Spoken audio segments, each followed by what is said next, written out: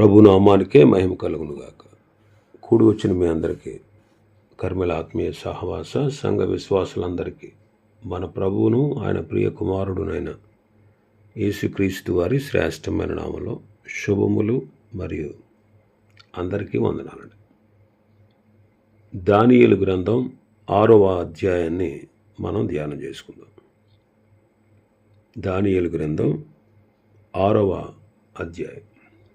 ఇందులో ముఖ్య అంశం ఏంటంటే దానియేలు సింహపు గుహలో వేయబడి కాపాడబడుట.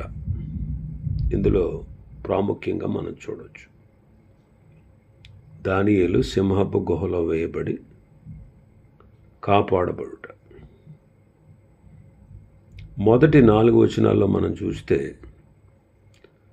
దానియేలు యొక్క అతి శ్రేష్టమైన బుద్ధి, దాని ద్వారా అతడు పొందిన ప్రఖ్యాతిని మనం చూడవచ్చు. మొదటి 4 వచనాలు చదువుదాం. తన రాజ్యం అంతటి పైన అధిపతులుగా ఉండుటకై 120 మంది అధిపతులను నియమించుటకు దర్యావేషునకు ఇష్టమాయెను. వారిపైన 3 ప్రధానులుగా నియమించాను. ఆ 3 దానియేలు ముఖ్యుడు. రాజునకు నష్టము కలగకుండునట్లు ఆ అధిపతులు తప్పకుండా వీరికి లెక్కలు ఒప్పచెప్పవలనని ఆజ్ఞ ఇచ్చాను. ఈ దానియేలు అతి శ్రేష్టమైన బుద్ధి గలవాడై ప్రధానులలోను అధిపతులలోను ప్రఖ్యాతి నొంది ఉండిన గనుక రాజ్యమంతటి మీద అతనిని నియమింపవలనని రాజు ఉద్దేశించెను. అందుకు ఆ ప్రధానులను అధిపతులను రాజ్య పాలన విషయంలో దానియేలు మీద ఏదైనా ఒక నింద మోపవలనని ఉండి తగిన హేతువు కనిపెట్టుచుండిరి. కానీ దానియేలు నమ్మకస్తుడై ఏ నేరమైనను ఏ తప్పైనను చేయువాడు కాడు గనుక దానియేలులో తప్పైనను లోపమైనను కనుగొనలేకపోయారు. బబులోను రాజ్యము పతనమైపోయింది. బెల్షజరు చనిపోయాడు. అక్కడితో బంగారు శిరస్సుతో పోల్చబడిన నెబుకద్నెజరు యొక్క రాజ్యం, అంటే కల్దీయుల దేశం, కల్దీయుల రాజ్యం ముగించబడింది. కోరెషు మాదీయుడైన దర్యావేషును తన క్రింద రాజుగా చేసి అతనిని బబులోను మీద ఉంచాడు. ఈ దర్యావేషు రాజ్యమును 120 భాగాలుగా చేసి ఒక్కొక్క భాగం పైన ఒక్కొక్క అధిపతిని ఉంచాడు, నియమించాడు. ఈ 120 మంది అధిపతులపై 3 ప్రధానులుగా నియమించాడు. వారిలో దానియేలు ముఖ్యుడు. ఈ 120 మంది ఈ అధిపతులు ఏం చేయాలంటే తమకు అప్పగించబడినటువంటి ప్రాంతాల మీద రాజ్య సంబంధమైన వ్యవహారాలన్నిటినీ ఈ 120 మంది ఈ 3 ప్రధానులకు తెలియపరచాలి. ఇది రాజు ఆజ్ఞ. దానియేలు యొక్క వయస్సు, దానియేలు యొక్క అనుభవం, పరిపాలనా శక్తి, అతనికున్న సామర్థ్యము, అతనికున్న సుగుణము, అతని సత్ప్రవర్తన, వీటన్నిటిని బట్టి రాజు తక్కిన వారి 2 కంటే కూడా ఇతడు ఎక్కువ ప్రఖ్యాతి నొందాడు. కాబట్టి రాజైన దర్యావేషు దానియేలు మీద బహు ఇష్టము కలిగి రాజ్యాధికారులందరిపైన ప్రధానులలో కూడా ముఖ్యమైన ప్రధానిగా నియమించారు. దానియేలు అతి శ్రేష్టమైన బుద్ధి గలవాడయుండి అని మనం చదువుతున్నాం. దానియేలు అతి శ్రేష్టమైన బుద్ధి గలవాడు.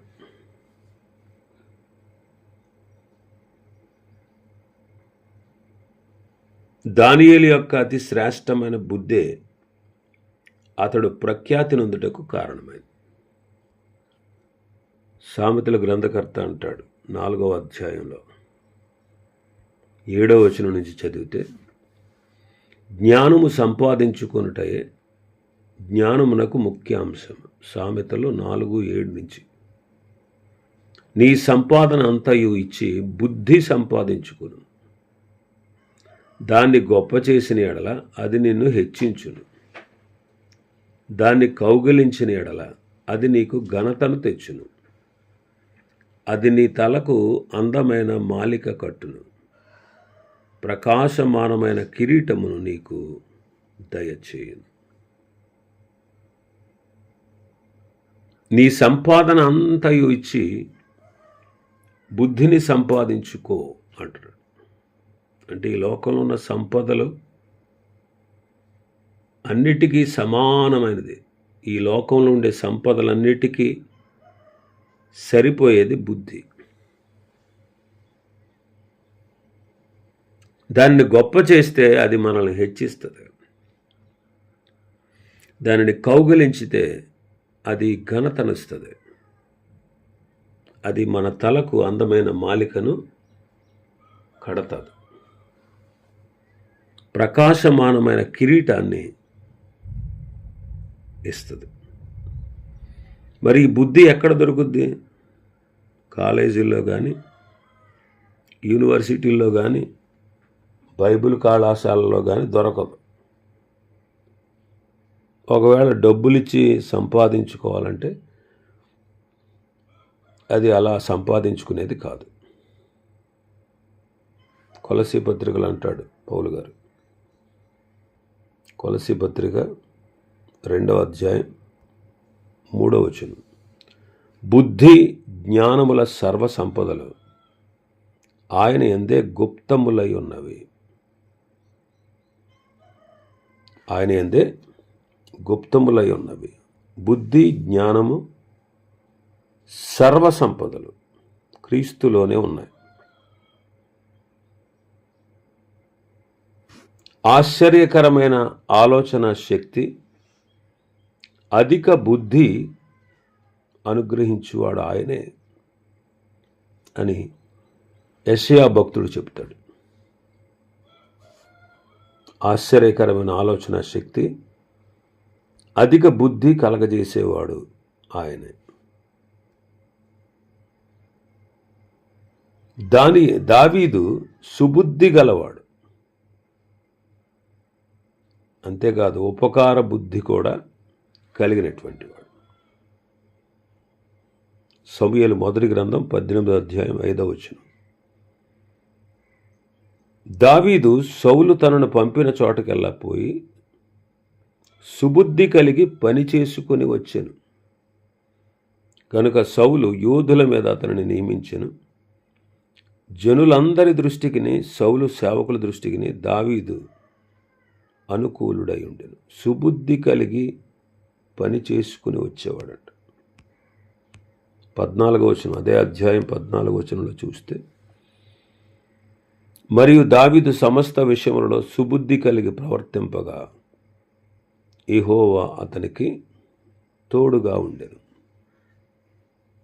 15వ వచనం, దావీదు మిగుల సుబుద్ధి గలవాడే ప్రవర్తించుట సౌలు చూచి మరి అధికముగా అతనికి భయపడాను. మరి అధికముగా అతనికి భయపడాను. సౌలు భయపడ్డాడు దావీదు యొక్క సుబుద్ధిని చూచి. కాబట్టి జనులందరూ అతన్ని ప్రేమించారు.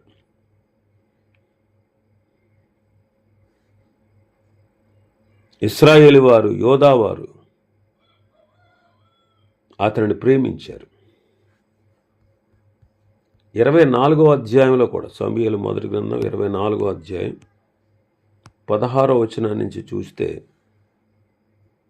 దావీదు ఈ మాటలు సౌలుతో మాట్లాడి చాలింపగా, సౌలు, దావీదా నాయనా, ఈ పలుకు నీదేనా అని బిగ్గరగా ఏడ్చి దావీదుతో ఇట్లనెను, యెహోవా నన్ను నీ చేతికి అప్పగింపగా నన్ను చంపక విడిచినందుకు ఈ దినమున నీవు నా అపకారమునకు ఉపకారము చేసిన వాడై నా ఎడల నీకున్న ఉపకార బుద్ధిని వెల్లడి చేసేటివి గనుక నీవు నాకంటే నీతిపరుడవు. శత్రువు దొరికితే ఒకడికి మేలు చేసి పంపుతాడా? ఈ దినమున నీవు నాకు చేసిన దాన్ని బట్టి యెహోవా ప్రతిగా నీకు మేలు చేయునుగాక. ఉపకార బుద్ధి కలిగినవాడు కనుకనే దావీదు ఇశ్రాయేలుల మీద మహారాజై ఉన్నాడు. మోషే కూడా స్థిరమైన బుద్ధి గలవాడు. మోషే కూడా స్థిరమైన బుద్ధి కలిగినటువంటి వాడు. హెబ్రీయులకు రాసిన పత్రిక 11వ అధ్యాయం 24వ వచనం నుంచి, మోషే పెద్దవాడైనప్పుడు విశ్వాసమును బట్టి ఐగుప్తు ధనము కంటే క్రీస్తు విషయమైన నింద గొప్ప భాగ్యమని ఎంచుకొని అల్పకాలము పాప భోగము అనుభవించుట కంటే దేవుని ప్రజలతో శ్రమ అనుభవించుట మేలని యోచించి ఫరో కుమార్తె యొక్క కుమారుడని అనిపించుకొనుటకు ఒప్పుకొనలేదు. ఎలయనగా అతడు ప్రతిఫలముగా కలగబోవు బహుమానమందు దృష్టి ఉంచెను. విశ్వాసమును బట్టి అతడు అదృశ్యుడైన వానిని చూచుచున్నట్టు స్థిరబుద్ధి గలవాడై రాజాగ్రహమునకు భయపడక ఐగుప్తును విడిచిపోయాను. స్థిరబుద్ధి కలిగిన వాడు ఐగుప్తు ధనాన్ని కానీ అల్పకాల పాప భోగాన్ని కానీ ఫరో కుమార్తె యొక్క కుమారుడు అని అనిపించుకొనుటకు కానీ అతడు ఒప్పుకోలేదు.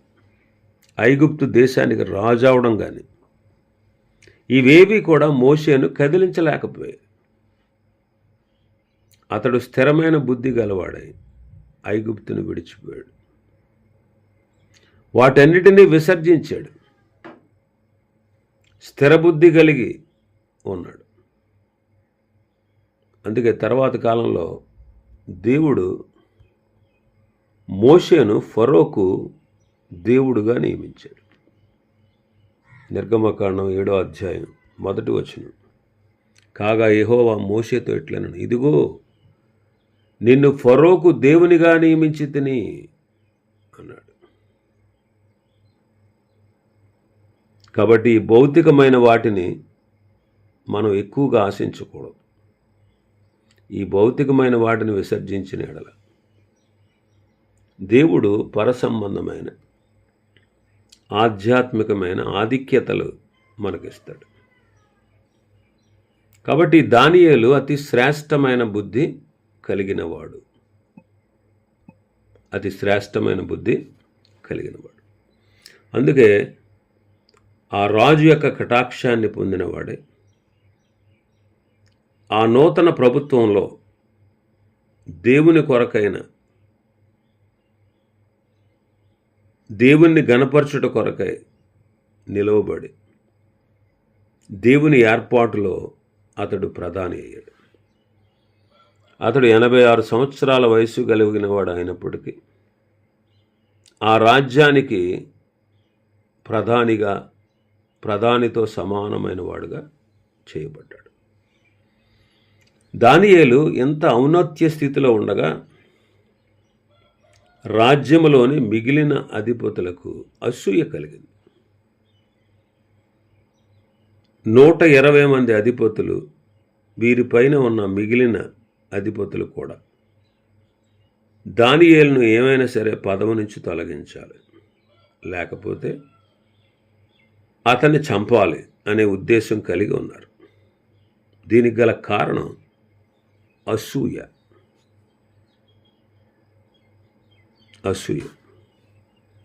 అసూయ అనేది శరీర కార్యం.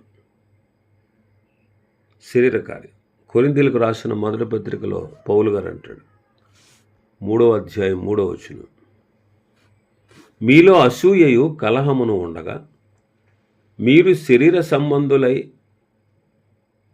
మనుష్యరీతిగా నడుచుకునేవారు కారా అంట. యాకోబు పత్రిక 3వ అధ్యాయం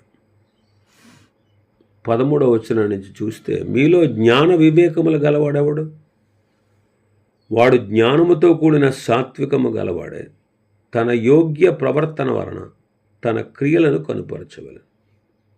అయితే మీ హృదయములలో సహింపనలవి కాని మత్సరమును వివాదమును ముంచుకున్నవారైతే అతిశయపడవద్దు, సత్యమునకు విరోధముగా అబద్ధమాడొద్దు అంటాడు.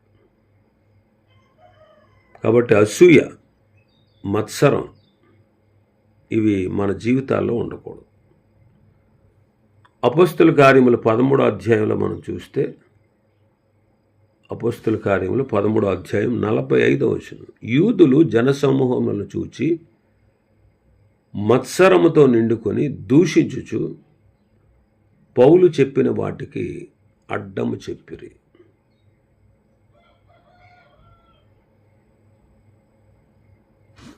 మరి పౌలు గారు వాక్యం చెబుతూ ఉంటే ఆ పట్టణస్థులందరూ కూడి వచ్చారంట. ఆ జనసమూహాలను చూచి యూదులు మత్సరపడ్డారు. ఏంటి ఎంతమంది జనం, ఏంటి పట్టణమే కదిలొచ్చింది ఏంటి అన్నట్టుగా చూసి, ఆ దృశ్యాన్ని చూసి వాళ్ళు మత్సరంతో నిండుకుని దూషిస్తూ పౌలు చెప్పినటువంటి విషయాలు కట్టు చెప్పారు. ఇంకా 17వ అధ్యాయంలో చూస్తే 5వ వచనం నుంచి, యూదులు మత్సరపడి పనిపాటులు లేక తిరుగు కొందరు దుష్టులను వెంటబెట్టుకొని గుంపుగా కూర్చి పట్టణమెల్లా అల్లరి చేయించు యాసోను ఇంటి మీద పడి వారిని జనుల సభ ఎదుటకు తీసుకుని వచ్చుటకు యత్నము చేసిరి. పౌలు సువార్త ప్రకటిస్తూ ఉండగా యూదులు అసూయపడ్డారు, మత్సరపడ్డారు. పౌలుకు చాలా హింసలు కలుగజేశారు.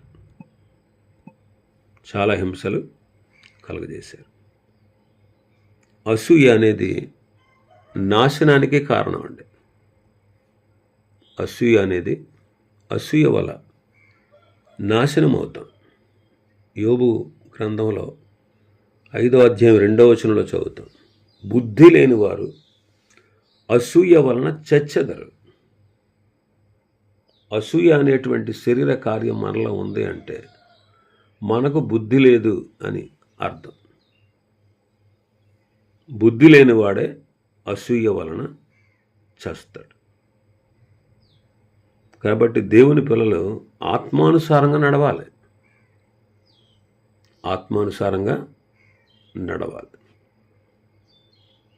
మనం ఆత్మను అనుసరించి జీవిస్తే, ఆత్మను అనుసరించే క్రమంగా కూడా నడుచుకుంటాం. అప్పుడు ఒకరి యందొకరు వివాదం రేపకుండా, ఒకరి యందొకరు అసూయ పడకుండా, వృధాగా అతిశయపడకుండా మనం ఉంటాం. ఆత్మానుసారంగా నడిస్తే, ఆత్మను అనుసరించి జీవిస్తే, ఆత్మను అనుసరించి క్రమంగా నడిస్తే ఒకరి యందొకరు అసూయపడం, వృధాగా అతిశయపడం. కాబట్టి ఈ అధిపతులు ఏం చేయాలనుకున్నారంటే రాజ్య పరిపాలన విషయంలో దానియేలు మీద ఏదైనా ఒక నేరం మోపాలి అని, ఏదైనా ఒక నింద మోపాలని, ఏదైనా కారణం దొరుకుతుందేమో అని కనిపెడతా ఉన్నారు. అయితే వీరు ఎలా ఆలోచిస్తున్నారు? అయితే దానియేలు తాను చేయుచున్న రాజ్య సంబంధమైన సేవ యందు వారికి ఏ లోపము దొరకలేదు. ఎందుకని? దానియేలు నమ్మకస్తుడు, ఏ నేరం కానీ ఏ తప్పు కానీ చేయనివాడు. అందువల్ల దానియేలులో తప్పైనా లోపమైనా కనుగొనలేకపోయారు. దానియేలు జీవితం మచ్చలేనిది. అతని రాజ్య సంబంధమైన సేవ యథార్థమైనది, నమ్మకమైనది, నిపుణత్వంతో కూడినటువంటిది. అనింద్యమైనది. దానియేలు పరిశుద్ధ జీవితాన్ని జీవించేవాడు గనుక, దేవునికి భయపడేవాడు గనుక దానియేలులో లోపాన్ని కనుగొనలేకపోయారు. ఈనాడు కూడా లోకం మన మీద నిఘా ఉంచుతుంది. మనం పరిశుద్ధంగా జీవిస్తున్నామా లేదా, ఎలా ఉంటున్నాం, ఏదైనా లోపం మనలో ఉందా అని మనలో ఉండే లోపాల కొరకు లోకం కనిపెట్టుకుని ఉంటుంది. కాబట్టి పరపక్షమందు ఉన్నవాడు మన గురించి ఏదైనా ఏ విషయమైనా చెప్పనేరకు ఉన్నట్లు, సిగ్గుపడేటట్లుగా మనం మాదిరిగా ఉండాలి. తీతు పత్రికలో పౌలు గారు అదే చెప్తాడు. 2వ అధ్యాయం 7వ వచనం. పరపక్షమందుండువాడు మనలను గూర్చి చెడు మాట ఏది చెప్పనేరక సిగ్గుపడినట్లు అన్నిటి యందు నిన్ను నీవే సత్కార్యముల విషయమై మాదిరిగా కనుపరుచుకును. నీ ఉపదేశం మోసము లేనిదిగాను, మాన్యమైనదిగాను, నిరాక్షేపమైన హితవాక్యముతో కూడినదిగాను ఉండవలెను. కాబట్టి పరపక్షమందుండువాడు అంటే అపవాది మనలను గూర్చి చెడు మాట ఏది చెప్పనేరక సిగ్గుపడాలి. సత్కార్యాల విషయంలో మనం మాదిరిగా ఉండాలి. తిమోతి మొదటి పత్రిక 5:14 పౌలు గారు అంటారు, యవ్వన స్త్రీలు వివాహం చేసుకొని పిల్లలను కని వారిని చక్కగా పెంచి నిందించుటకు విరోధికి అవకాశము ఇవ్వకూడదు. నిందించుటకు అపవాదికి అవకాశం ఇవ్వకూడదు. పేతురు గారు అంటాడు తన పత్రికలో, మొదటి పత్రిక 3వ అధ్యాయం 15-16 వచనాలు చూస్తే, నిర్మలమైన మనస్సాక్షి కలిగిన వారే మీలో ఉన్న నిరీక్షణను గూర్చి మిమ్మును హేతు అడుగు ప్రతి వానికిని సాత్వికముతోనూ భయముతోనూ సమాధానము చెప్పుటకు ఎల్లప్పుడూ సిద్ధముగా ఉండి మీ హృదయములందు క్రీస్తును ప్రభువుగా ప్రతిష్ఠించుడి. అప్పుడు మీరు దేని విషయమై దుర్మార్గులని దూషింపబడుదురో దాని విషయమై క్రీస్తునందున్న మీ సత్ప్రవర్తన మీద అపనింద వేయువారు సిగ్గుపడతారు అంటాడు. కాబట్టి ఇలాంటి శ్రేష్టమైన గుణాలు కలిగి జీవించుచుండగా ఎవరైనా అపనిందలు వేయాలని చూసినా వారు సిగ్గుపడతారు.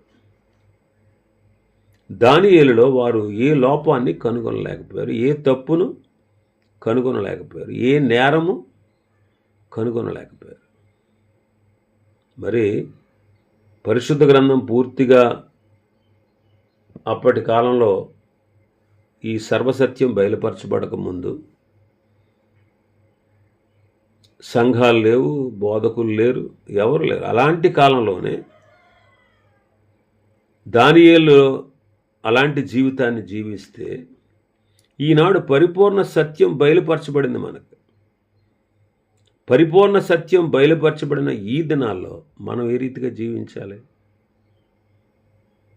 ఒకసారి ఆలోచన చేసుకోవాలి. ప్రభు అయిన యేసుక్రీస్తు వారిలో కూడా ఏ తప్పు వారు కనుగొనలేకపోయారు.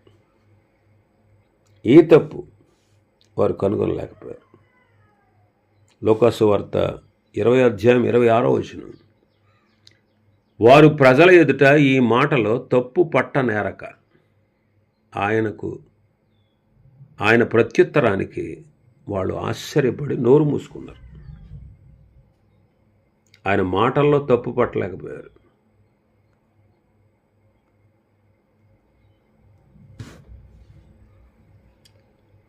ఈ 23వ అధ్యాయంలో లోకాసు వార్త 23:14-15 అంటాడు పిలాతు, ప్రజలు తిరుగుబాటు చేసేటట్లుగా చేస్తున్నాడని మీరు ఈ మనుష్యుని నా దగ్గరికి తెచ్చారు కదా. ఇదిగో నేను మీ ఎదుట అతనిని గూర్చి విమర్శించగా మీరు అతని మీదన మోపిన నేరములలో ఒక్కటైనా నాకు కనబడలేదు. హేరోదుకు కూడా కనబడలేదు. హేరోదు కూడా అతను మా యొద్దకు తిరిగి పంపాడు కదా. ఇదిగో మరణమునకు తగినదేది కూడా ఇతడు చేయలేదు అన్నాడు. ఈనాడు మనం కూడా ప్రభువును పోలి,